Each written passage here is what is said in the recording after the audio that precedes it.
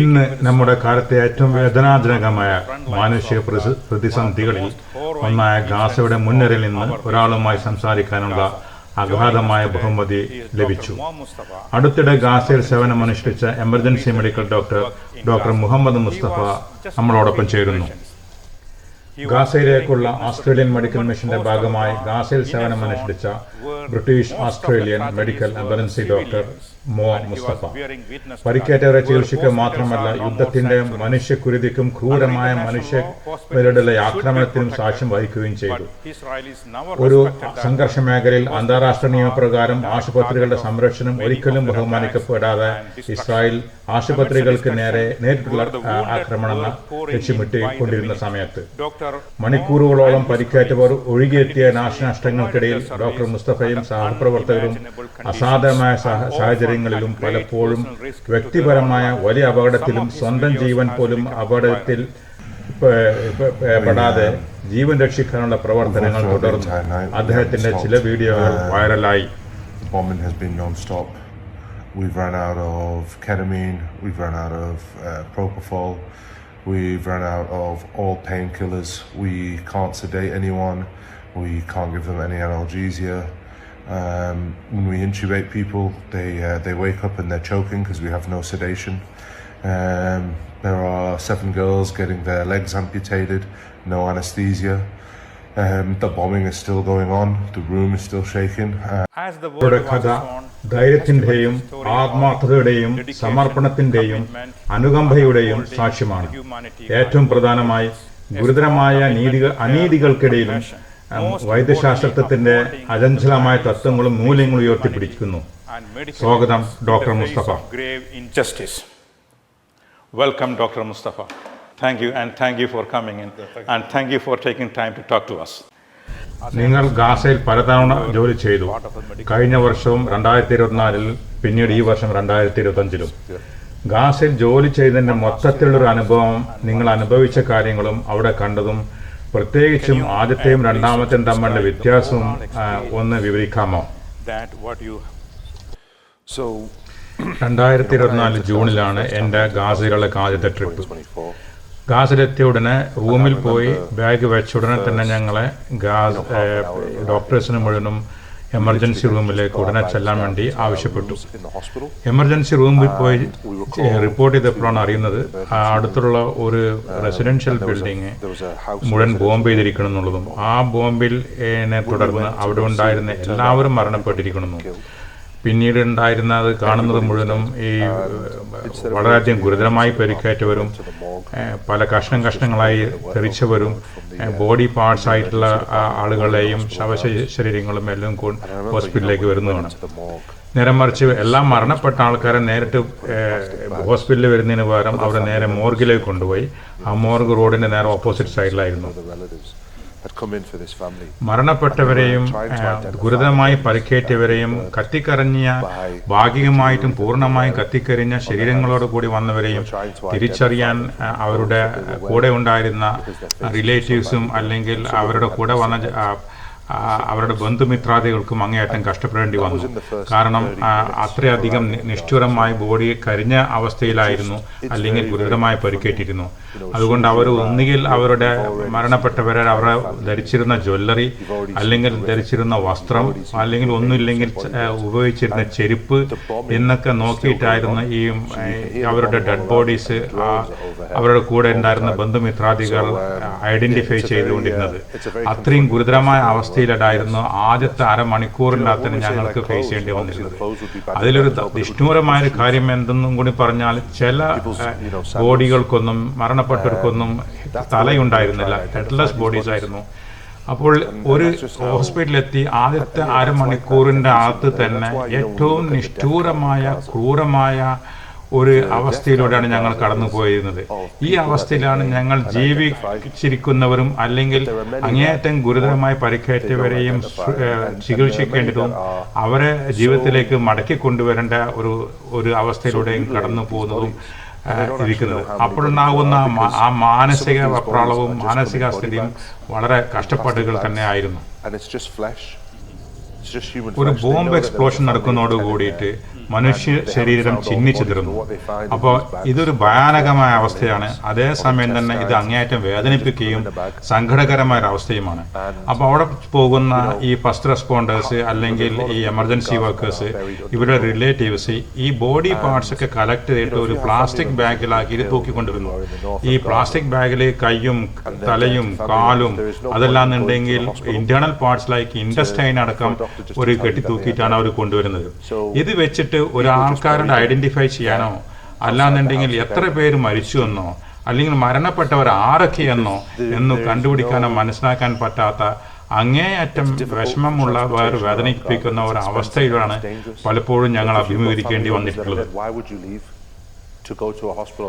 മരണപ്പെട്ടവരിൽ പലരും തന്നെ റോഡരികിലും അല്ലെങ്കിൽ അവർ താമസിക്കുന്ന അപ്പാർട്ട്മെന്റിന്റെ സൈഡുകളിലും അവിടെയൊക്കെ ആയിട്ട് മറവ് ചെയ്തപ്പെടുന്നു.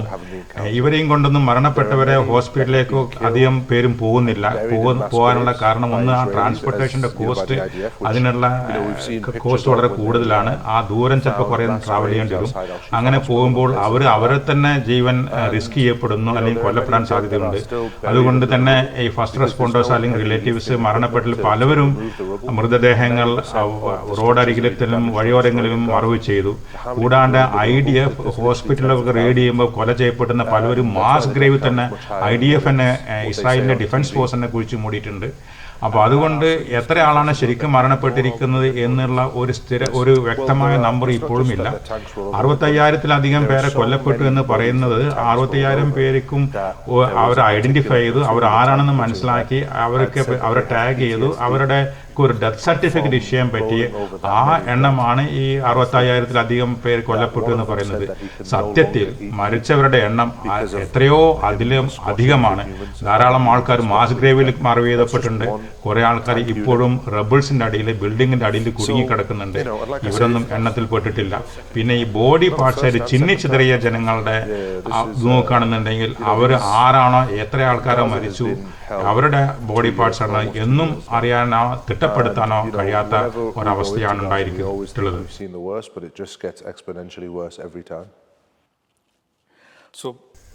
നിങ്ങൾ പ്രതീക്ഷിച്ചതിൽ നിന്ന് യാഥാർത്ഥ്യം എത്ര വ്യത്യസ്തമായിരുന്നു?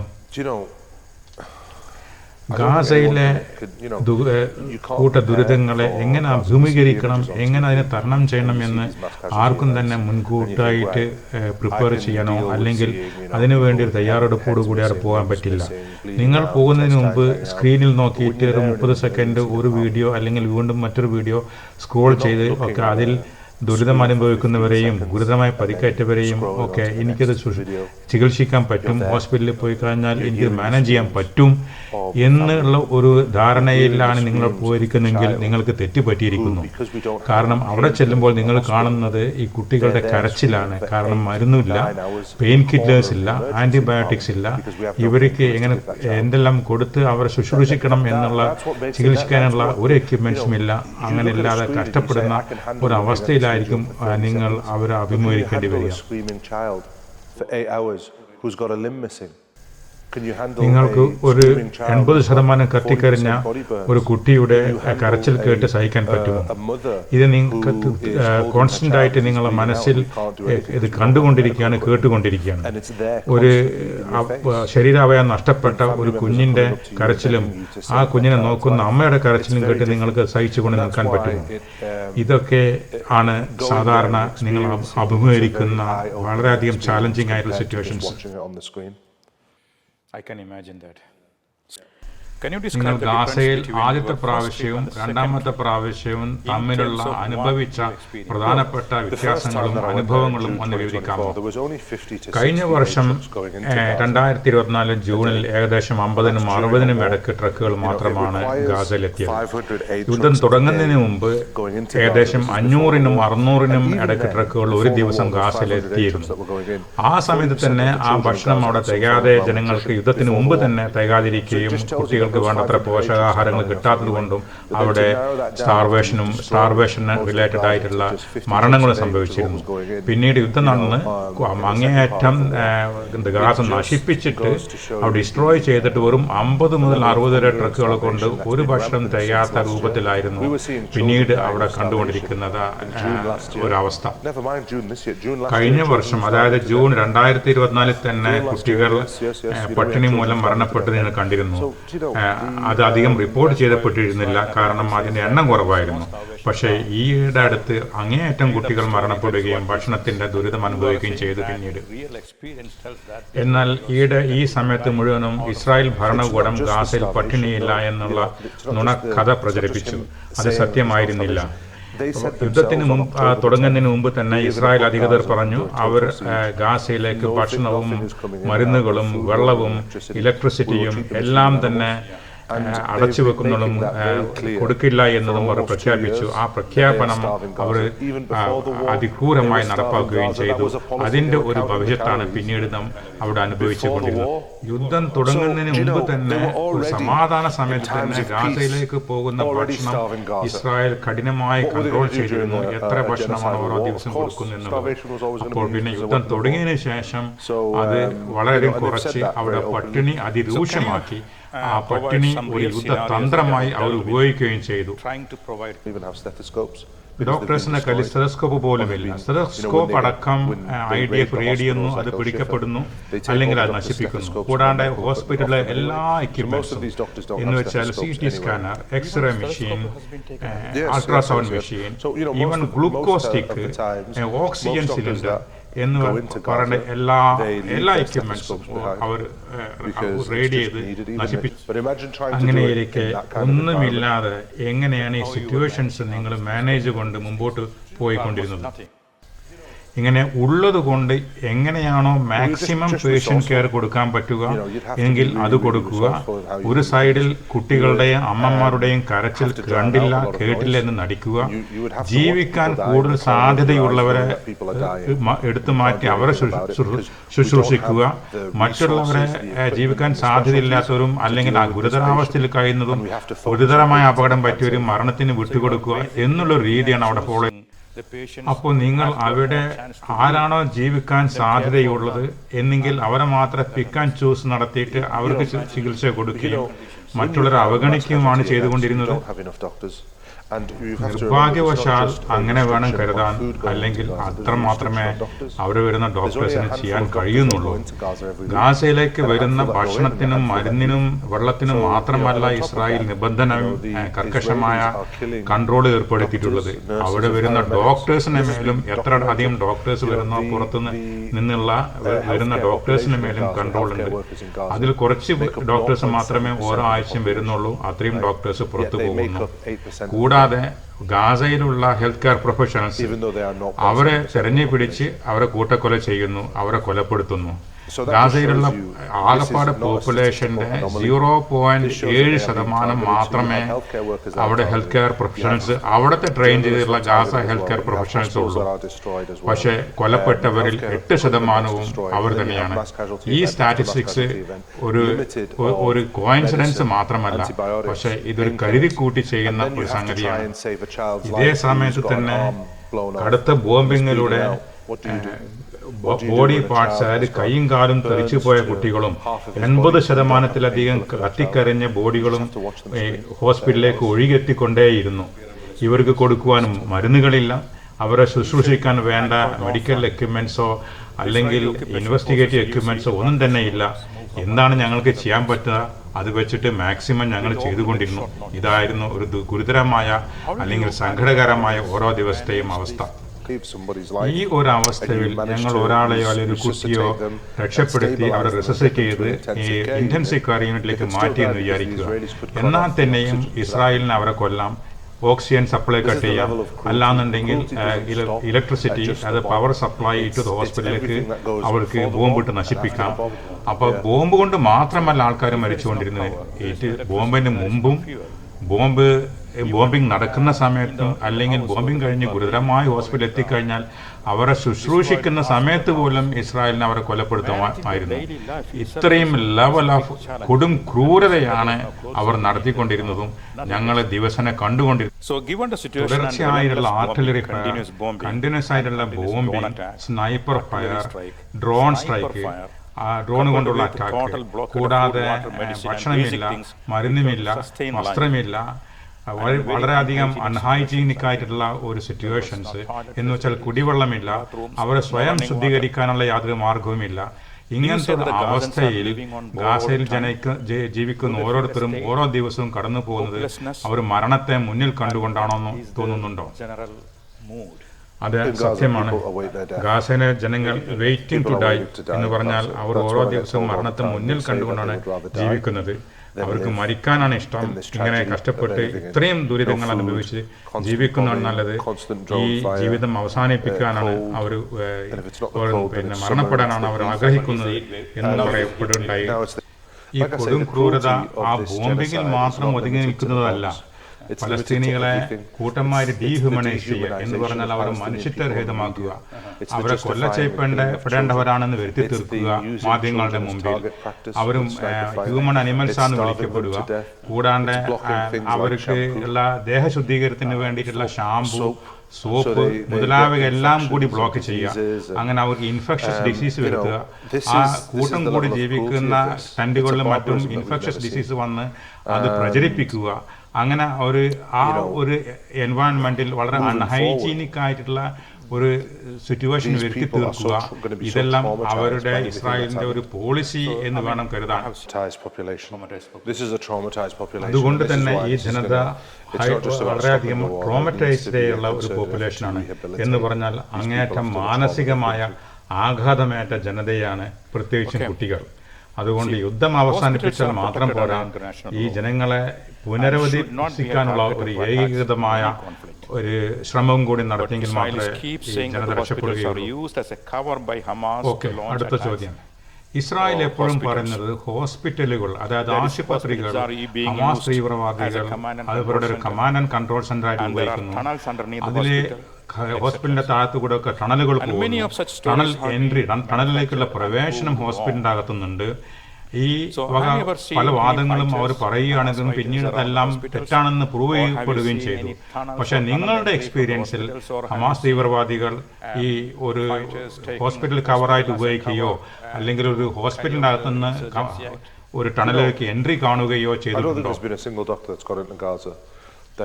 ഇത് ഞാൻ കണ്ടിട്ടില്ല എന്ന് മാത്രമല്ല, ഒരു ഡോക്ടറും, അതായത് പുറത്തുനിന്ന് വന്ന് ജോലി ചെയ്യുന്ന ഒരു മെഡിക്കൽ പ്രൊഫഷണലും ഇങ്ങനെ ഒരു സംഗതി നടക്കുന്നതായിട്ട് കണ്ടതായിട്ടോ പറഞ്ഞതായിട്ടോ എന്റെ അറിവിലില്ല. അത് കണ്ടിട്ടുമില്ല എന്നുള്ളതാണ് എന്റെ പൊതുവായ ധാരണ. കൂടാണ്ട് ഹോസ്പിറ്റൽ ഒരു ഓപ്പൺ പബ്ലിക് സ്പേസ് ആണ്, ഒരു പൊതുസ്ഥലമാണ്.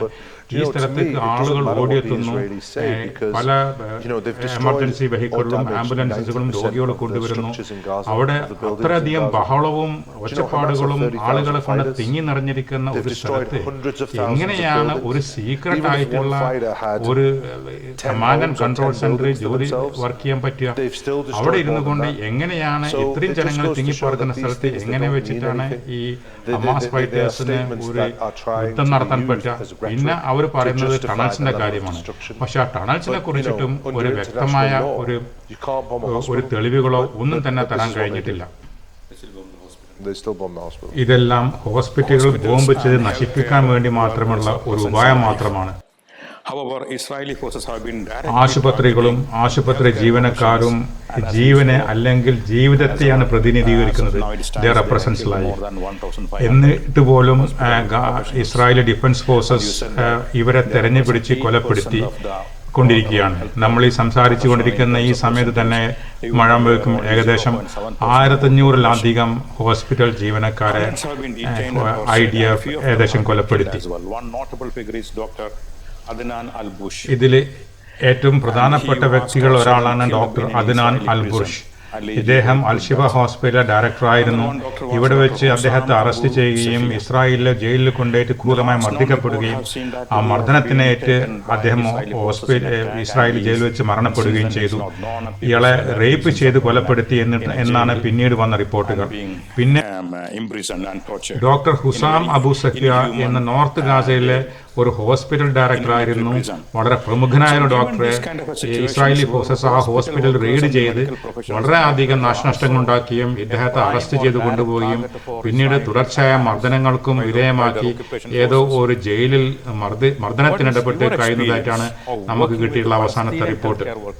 ഇനി ഒരു ഇൻസിഡന്റും കൂടി പറയുകയാണെന്നുണ്ടെങ്കിൽ കഴിഞ്ഞ മെയ് 2025 ഡോക്ടർ ഹംദി അൽ നാസർ എന്ന പേരുള്ള നാസർ ഹോസ്പിറ്റലിലെ ഒരു സീനിയർ ഡോക്ടറും അദ്ദേഹത്തിന്റെ 9 കുട്ടികളും ഇസ്രായേലിന്റെ ഒരു മിസൈൽ ആക്രമണത്തിൽ വെന്ത് മരിച്ചു. ഒരു കുട്ടിയും ഭാര്യയും മാത്രമാണ് രക്ഷപ്പെട്ടത്. ഇങ്ങനെ ഒരു അവസ്ഥയിൽ, അതായത് പലസ്തീനിയൻ ഡോക്ടേഴ്സിനെ കൊലപ്പെടുത്തുകയും ചിലപ്പോൾ അവർ കുടുംബത്തോടു കൂടി തന്നെ ബോംബാക്രമണത്തിലൂടെ ഉന്മൂലനം ചെയ്യുകയും അല്ലെങ്കിൽ അവർ അറസ്റ്റ് ചെയ്യുകയും ഉപദ്രവിക്കുകയും പിന്നീട് അവരെ ടോർച്ചർ ചെയ്യുകയും ചെയ്യുന്ന ഒരു അവസ്ഥയിൽ ഈ പലസ്തീനിയൻ ഡോക്ടേഴ്സിന്റെയും ഹെൽത്ത് കെയർ പ്രൊഫഷണൽസിന്റെയും അവരുടെ മൊറാൽ എന്താണ്? നിങ്ങൾ അവരുടെ കൂടെ ജോലി ചെയ്യുമ്പോൾ ഉണ്ടാവുന്ന ആ എക്സ്പീരിയൻസ് അതൊന്ന് വിവരിക്കാമോ? അത് വളരെ പ്രയാസപ്പെട്ടത് തന്നെയായിരുന്നു. ഞാനൊരു ഉദാഹരണം പറയാം. ഒരു രാത്രി ഇസ്രായേൽ ഫോഴ്സസ് ഒരു റെസിഡൻഷ്യൽ ഏരിയ കംപ്ലീറ്റ് ആയിട്ട് ബോംബ് ചെയ്ത് നശിപ്പിച്ചു. അതോടുകൂടി ഹോസ്പിറ്റലിലേക്ക് ധാരാളം പേഷ്യൻസിന് കൊണ്ടുവരുന്നവരും എമർജൻസി വെഹിക്കിളും ഓടിയെത്തുകയും ഹോസ്പിറ്റൽ ആകപ്പാടെ പേഷ്യൻസിനെ കൊണ്ട് നിറഞ്ഞു കവിഞ്ഞതിന് ശേഷം അവിടെ സ്ഥലമില്ലാത്തത് കൊണ്ട് ഈ ആളുകൾ അടുത്തുള്ള ഹോസ്പിറ്റലിന്റെ മുമ്പിലുള്ള കോർട്ട്യാർഡിലേക്കും റോഡിലേക്കും ഒഴുകിയെത്തി. അവിടെ വന്നിരുന്ന പേഷ്യൻസിന് മുഴുവനും കുറച്ചുണ്ടായിരുന്നു. ഞങ്ങൾ കുറച്ച് എമർജൻസി ഡോക്ടേഴ്സ് ഞങ്ങളെ കൊണ്ട് കഴിയുന്ന രൂപത്തിൽ അവരെ ശുശ്രൂഷിച്ചു കൊണ്ടിരിക്കെ എന്റെ ബാക്കിൽ ഒരാൾ പുറത്തുനിന്ന് തട്ടി. ഞാൻ തിരിഞ്ഞു നോക്കുമ്പോൾ ഒരു ഓഫ് ഡ്യൂട്ടി പലസ്തീനിയൻ ഡോക്ടർ. ഈ ഡോക്ടർ ഈ ബോംബിങ്ങിന്റെ വിവരം അറിഞ്ഞിട്ട് അയാളുടെ വീട്ടിൽ നിന്ന് എത്രയോ ദൂരം നടന്ന് സ്വന്തം ജീവൻ അപകടത്തിൽപ്പെടുത്തി നടന്ന് ഇവിടെ ജോലിക്കെത്തി. അയാൾ വരുന്ന വഴിക്ക് അയാൾ ബോംബെയിൽ നിന്ന് കൊല്ലപ്പെടാം, അല്ലെങ്കിൽ അയാളെ കുടുംബം ഒന്നിച്ച് കൊല്ലപ്പെട്ടേക്കാം. ചിലപ്പോൾ അയാളുടെ കുടുംബത്തോടു കൂടി തന്നെ അവസാനമായി യാത്ര പറഞ്ഞു പോകുന്നതായിരിക്കാം. എന്നിട്ട് പോലും അവരെത്തി. ഇത് ഒരു ഡോക്ടർ കേസ് മാത്രമല്ല, ഇങ്ങനെ പല ഡോക്ടേഴ്സും ഇവിടെ ഹോസ്പിറ്റലിൽ ഡോക്ടർമാരെ കുറവുണ്ട് എന്ന് മനസ്സിലാക്കി ഈ ബോംബിംഗ് കഴിഞ്ഞ ഇൻസിഡന്റ് അവർ മനസ്സിലാക്കി അറിഞ്ഞ ഉടനെ തന്നെ അധികം ഒന്നിലധികം ഡോക്ടേഴ്സും നഴ്സുമാരും ഓടിയെത്തി ഹോസ്പിറ്റലിലേക്ക്. ഇതാണ് ഇവരുടെ കമ്മിറ്റ്മെന്റ്, ഇതാണ് ഇവരുടെ ആത്മാർത്ഥതയും ജോലിയോടുള്ള ഡെഡിക്കേഷൻസും കമ്മിറ്റ്മെന്റും ആ ഒരു പലസ്തീനിയൻ കൾച്ചറും അവർ രക്ഷപ്പെടുത്താനുള്ള ഒരു വ്യഗ്രതയും. ഇത്രയധികം കമ്മിറ്റഡ് ആയിട്ടുള്ളയും ഡെഡിക്കേറ്റുള്ള ഒരു ജനതയെ ഞാൻ വേറെ കണ്ടിട്ടില്ല. ഡോക്ടർ അദ്നാൻ 60 മണിക്കൂറുകളോളം നോൺ സ്റ്റോപ്പ് നിർത്താതെ ഓപ്പറേഷൻ നടത്തി ഒരു ലോക റെക്കോർഡ് സ്ഥാപിച്ച ഒരു ഡോക്ടറാണ്. ഇദ്ദേഹത്തെയാണ് പിന്നീട് ഇസ്രായേലി ഫോഴ്സസ് കൊലപ്പെടുത്തിയത്. പല പലസ്തീനിയൻ ഡോക്ടേഴ്സും ഇങ്ങനെ ഒരു കടുത്ത ഹാർഡ്ഷിപ്സിലും ഒരു വളരെയധികം ബുദ്ധിമുട്ടിയ സാഹചര്യത്തിലും ജോലി ചെയ്ത് പരിചയിച്ചവരാണ്. അതിലവർക്ക് ആ ജോലിയിൽ അങ്ങേയറ്റം ആത്മാർത്ഥതയും അവർ ഡെഡിക്കേഷനും കാണിക്കുന്നവരും അതിന് അവർ പ്രത്യേകിച്ച് പ്രശംസിക്കപ്പെടേണ്ട ഒരു ഡോക്ടർ സമൂഹം അല്ലെങ്കിൽ ഹോസ്പിറ്റൽ വർക്കേഴ്സുമാണെന്ന് പറയപ്പെടേണ്ടിയിരിക്കുന്നു. ജോലിയോടുള്ള ആത്മാർത്ഥതയിൽ അവർക്ക് ക്ഷീണമില്ല, ഫറ്റീഗില്ല. എല്ലാവരെയും പോലെ അവരുടെ ജീവനത്തെയും അവരുടെ കുടുംബത്തെയും രക്ഷിക്കാൻ വേണ്ടി അവർ ജോലി ചെയ്യുന്നു. പിന്നെ പരാജയം, ഫെയിലിയർ എന്നൊരു ഓപ്ഷൻ അവർക്കില്ല. ദേ കനോട്ട് ഫെയിൽ, അവർ പരാജയപ്പെടാൻ പാടില്ല എന്നൊരു ദൃഢനിശ്ചയം കൊടുത്തോടുകൂടിയാണ് അവർ ആ ജോലിയിൽ ഏർപ്പെട്ടുകൊണ്ടിരിക്കുന്നത്. ഗാസ ഹ്യൂമാനിറ്റേറിയൻ ഫൗണ്ടേഷൻ എന്ന് പറഞ്ഞ അമേരിക്കയുടെയും ഇസ്രായേലിന്റെയും പുതിയ എയ്ഡ് ഡിസ്ട്രിബ്യൂഷൻ സെന്റർ അവിടെ പട്ടിണി കിടക്കുന്ന പലസ്തീനികളെ അങ്ങോട്ട് ആകർഷിക്കപ്പെടുന്നു. അവിടെ വെച്ചിട്ട് അവിടെ കൊല ചെയ്യപ്പെടുന്നു. നമ്മൾ ഈ സംസാരിക്കുന്ന സമയത്തേക്കും ഏകദേശം 2600ഓളം ആൾക്കാരെ ഈ GHF സൈറ്റിൽ അവിടെ വെടിവെച്ച് കൊലപ്പെടുത്തിയിരിക്കുന്നു. നമുക്ക് ഇവിടെ ഇതിനെ കുറിച്ചിട്ട് ഒരു ബ്രിട്ടീഷ് ഡോക്ടറുടെ അനുഭവം പറഞ്ഞ് ഒന്ന് ശ്രദ്ധിക്കാം. It's almost like a game they're playing. The other appalling thing is the pattern of injuries. The the clustering of different body parts. GHF on സൈറ്റിൽ different നിന്ന് days. This is ഭക്ഷണം something ശേഖരിക്കാൻ പോയവരുടെ I noticed ശരീരത്തിൽ in the വ്യത്യസ്ത wounds I was ദിവസങ്ങളിൽ treating, വെടിയേറ്റ് and I treat predominantly മുറിവുകളുടെയും കൂട്ടം ഞാൻ abdominal and നേരിട്ട് chest കണ്ടു. gunshot wounds. ഇതാണ് ഞാൻ So one ശ്രദ്ധിച്ചത്. day it would be ഒരു ദിവസം the head and നെഞ്ചിലും neck being മറ്റൊരു targeted. ദിവസം വയറിലും അടുത്ത The ദിവസം next day would കഴുത്തിലും be the abdomen, അടുത്ത the next day ദിവസം the chest, കാലിലും the next day the ആയിട്ട് legs, കൂട്ടത്തോടെ the arms. Our And then on ആശുപത്രിയിൽ one day, പ്രവേശിപ്പിച്ചു. which was പിന്നീട് ഒരു ദിവസം വൃഷ്ണങ്ങളിൽ 12 days മുടിയേറ്റ ago, 13 days ago, വെടിയേറ്റ we മുറിവുകളുള്ള had 4 young ചില teenagers കൗമാരക്കാരെ reporting ആയ all of them ആൺകുട്ടികളും had been ആശുപത്രിയിൽ shot in the testicles. കൊണ്ടുവന്നു. ഇത് യാദൃശികമാണെന്ന് എനിക്ക് വിശ്വസിക്കാൻ കഴിയുന്നില്ല.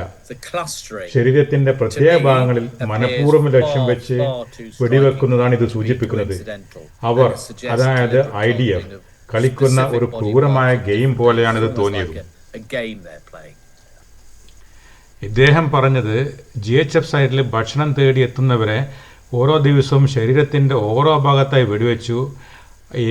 അതുമാത്രവുമല്ല, ടീനേജ് ബോയ്സിൻ്റെ ടെസ്റ്റിക്കിൾസിനടക്കം വെടിവെച്ച് വന്നൊരു സാഹചര്യം കൂടിയും അദ്ദേഹം വിവരിക്കുകയുണ്ടായി. ഒരു മനുഷ്യന് വേറൊരു മനുഷ്യന് ഇത്രയും നീചമായും ക്രൂരമായും എങ്ങനെയാണ് പെരുമാറാൻ പറ്റുക എന്ന് എനിക്ക് മനസ്സിലാവുന്നില്ല. നിങ്ങൾക്ക് ഇങ്ങനത്തെ പല പേഷ്യൻസിനെയും ചികിത്സിക്കേണ്ടി വന്ന വല്ല സാഹചര്യവും ഉണ്ടായിട്ടുണ്ടോ? എക്സാക്ട്ലി ഇതുമാരുടെ അനുഭവം ഉണ്ടായിട്ടില്ലെങ്കിലും ഇതുപോലുള്ള മറ്റു പല അനുഭവങ്ങളും എനിക്കുണ്ടായിട്ടുണ്ട്. ഒരു ഉദാഹരണം പറയുകയാണെന്നുണ്ടെങ്കിൽ, ഇസ്രായേലി ഫോഴ്സസ് കുട്ടികളെ മാത്രം നോക്കി വെടിവെക്കും. പാരൻസിനെ വെടിവെക്കൂല, അവരുടെ പിതാവിനെ അച്ഛനെ നോക്കി വെടിവെക്കൂല, കുട്ടികളെ പ്രത്യേകിച്ച് നോക്കി വെടിവെക്കും. അത് വെടിവെക്കുന്നത് ഓരോ കുട്ടികളും അവരുടെ രക്ഷിതാക്കൾക്ക് എത്രയോ പ്രിയപ്പെട്ടവരാണെന്ന് അറിഞ്ഞുകൊണ്ട് ഈ കുട്ടികളെ വെടിവെക്കുന്ന അവരുടെ തലക്കാണ്. ആ തലക്ക് നോക്കിയിട്ട് ഡ്രോൺസ് ഉപയോഗിച്ചിട്ട് മുകളിൽ വെടിവെക്കും. ഇങ്ങനെ ഈ പൊട്ടിപ്പൊളിഞ്ഞ തലച്ചോറുകളൊക്കെ പുറത്ത് കാണുന്ന രോഗികളെയും കൊണ്ട് ഓടി ഹോസ്പിറ്റലിൽ എത്തുമ്പോൾ നമുക്ക് ചിലപ്പോൾ അവരൊന്നും ചെയ്യാൻ കഴിയില്ല. അതിനൊന്നും ചെയ്യാൻ കഴിയാതെ കുട്ടികൾ മരിക്കുന്നത് നോക്കി നിന്ന് പലപ്പോഴും നിസ്സഹായാവസ്ഥയിൽ കരയാറുണ്ട്. അങ്ങനെ കരഞ്ഞു പോയിട്ടുണ്ട്. ഇത്രയായിരുന്നു ക്രൂരതയുടെ ഒരു അവസ്ഥ ഞങ്ങൾ മിക്കവാറും അനുഭവിച്ചു കൊണ്ടിരുന്നത്. നിങ്ങൾ ഗാസയിലേക്ക് വീണ്ടും ജോലി ചെയ്യാൻ തിരിച്ചു പോകാൻ തയ്യാറാണോ? ഓ ഷുവർ, ഞാൻ നാളെ തന്നെ പോകാൻ തയ്യാറാണ്. വീണ്ടും അവിടേക്ക് പോയി ജോലി ചെയ്യാൻ ഞാൻ തയ്യാറാണ്. ഇസ്രായേലികൾ എനിക്ക് പെർമിഷൻ തരികയാണെങ്കിൽ. അതെ, ഇസ്രായേൽ എന്തുകൊണ്ട് പെർമിഷൻ തരുന്നില്ല? ഞാൻ വളരെ വോക്കലായിരുന്നു. അവിടെ നടക്കുന്ന എല്ലാ ക്രൂരതകൾക്കും എതിരായി ഞാൻ പല മാധ്യമങ്ങളോടും സംസാരിച്ചു. ഈ മാധ്യമങ്ങളോട് സംസാരിക്കുന്ന ഡോക്ടർമാർക്ക് ആർക്കും പിന്നീട് അവർ പെർമിഷൻ കൊടുക്കുന്നില്ല. അവർ വീണ്ടും തിരിച്ചവിടെ ജോലി ചെയ്യാൻ പോകാൻ സമ്മതിക്കുന്നില്ല. ഓ അതെയോ? അതാണ് വാസ്തവം. അവർ പെർമിഷൻ തന്നു കഴിഞ്ഞാൽ I will go back tomorrow. ഞാൻ നാളെ തന്നെ പോയി അവിടെ ജോലി ചെയ്യാൻ തയ്യാറാണ്. ഇനി നിങ്ങൾക്ക് അവസാനമായിട്ട് എന്തെങ്കിലും പറയാനുണ്ടോ? ഓക്കെ, എനിക്ക് പറയാനുള്ളത് ഇവിടെ ഇതൊരു ഹ്യൂമാനിറ്റി, മനുഷ്യത്വത്തിന് എതിരായിട്ടുള്ള ഒരു യുദ്ധം എന്ന് പറയാൻ പറ്റില്ല, ഒരു അക്രമം, ഒരു കോൺഫ്ലിക്റ്റ്. അത് മനുഷ്യത്വത്തിനും ഒരു ഹ്യൂമാനിറ്റിക്ക് എതിരായിട്ടുള്ളതാണ്. ഒരു കൂട്ടം ജനതയെ വേറൊരു കൂട്ടം അധിനിവേശപ്പെടുത്തിയിരിക്കുന്നു. Occupier versus occupied. ആ ഒക്യുപ്പൈങ് പവർ ആ ജനതയെ അതിനിഷ്ഠൂരമായി ബോംബിങ്ങിന് ഇരയാക്കുന്നു. വീടുകൾ, ചർച്ചുകൾ, മോസ്കുകൾ, ഹോസ്പിറ്റലുകൾ എന്നിവയെല്ലാം അങ്ങേയറ്റം ആക്രമിച്ച് ബോംബിട്ട് തകർക്കുന്നു. ആ ജനതയെ 2 മില്യണോളം ആൾക്കാരെ കൂട്ടത്തോടെ പട്ടിണിക്കിടുന്നു. ഇത് ഹ്യൂമാനിറ്റിയോടുള്ള അക്രമമാണ്. ഇത് നിങ്ങൾക്ക് 2025 ഇതിങ്ങനെ സംഭവിക്കുന്ന അക്സെപ്റ്റ് ചെയ്യാൻ പറ്റുമോ? അത് അക്സെപ്റ്റ് ചെയ്യുകയാണെന്നുണ്ടെങ്കിൽ അതോടുകൂടി നിങ്ങളെ തന്നെ ഹ്യൂമാനിറ്റി ഇല്ലാണ്ടായി എന്ന് വേണം കരുതാൻ. അതാണ് ഇവിടെ സംഭവിച്ചുകൊണ്ടിരിക്കുന്നത്. ലോകത്തിന് ഈ ഒരു ഹ്യൂമാനിറ്റിയെ മുൻനിർത്തി ഇങ്ങനത്തെ ഒരു അക്രമം തടയാൻ കഴിയുന്നില്ല എന്നതാണ് സങ്കടകരമായ അവസ്ഥ. നിങ്ങളുടെ ഉദ്ദേശം എന്ത് തന്നെ ആയിക്കോട്ടെ, നിങ്ങളുടെ പൊളിറ്റിക്കലായിട്ടുള്ള ഒരു എയിമിന് വേണ്ടിയിട്ട് എന്ത് തന്നെ ചെയ്താലും ഹ്യൂമാനിറ്റിക്ക് പ്രാതിനിധ്യം കൊടുത്ത്, നിങ്ങളുടെ മനുഷ്യത്വത്തിന് പ്രാതിനിധ്യം കൊടുത്ത് ഇത് ഇങ്ങനത്തെ ഒരു ആക്രമണം അല്ലെങ്കിൽ ഒരു കോൺഫ്ലിക്റ്റ് എന്നോ നിർത്തിവെക്കേണ്ടത് സമയമായിരിക്കുന്നു. അതില്ലാണ്ട് പോകുന്നതാണ് ഇതിലെ ഏറ്റവും കൂടുതൽ സങ്കടകരമായ ഒരു അവസ്ഥ. ഡോക്ടർ മോ, ഗാസയിലെ ജനങ്ങൾ സങ്കല്പിക്കാനാവാത്ത കഷ്ടപ്പാടുകൾക്കിടയിലും പറഞ്ഞറിയിക്കാനാവാത്ത ബുദ്ധിമുട്ടുകൾ നേരിടുന്ന സമയത്തും നിങ്ങളുടെ സ്വന്തം ജീവൻ അപകടത്തിൽപ്പെടുത്തി ഗാസയിൽ പോയി അവിടെ ജനങ്ങൾക്ക് സേവനം അനുഷ്ഠിച്ചു.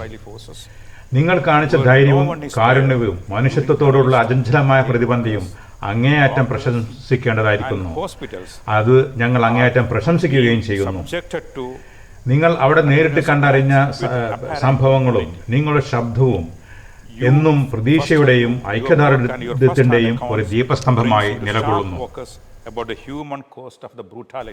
നിങ്ങളുടെ അസാധാരണമായ സേവനം പ്രതിരോധ ശേഷിയുടെ ഒരു കഥ മാത്രമല്ല, ഇരുണ്ട കാലഘട്ടത്തിൽ മനുഷ്യരായിരിക്കുക, മനുഷ്യത്വത്തെ സ്നേഹിക്കുക, മനുഷ്യന്റെ ജീവൻ സംരക്ഷിക്കുക എന്നതിന്റെ എല്ലാം ശക്തമായ ഓർമ്മപ്പെടുത്തലാണിത്.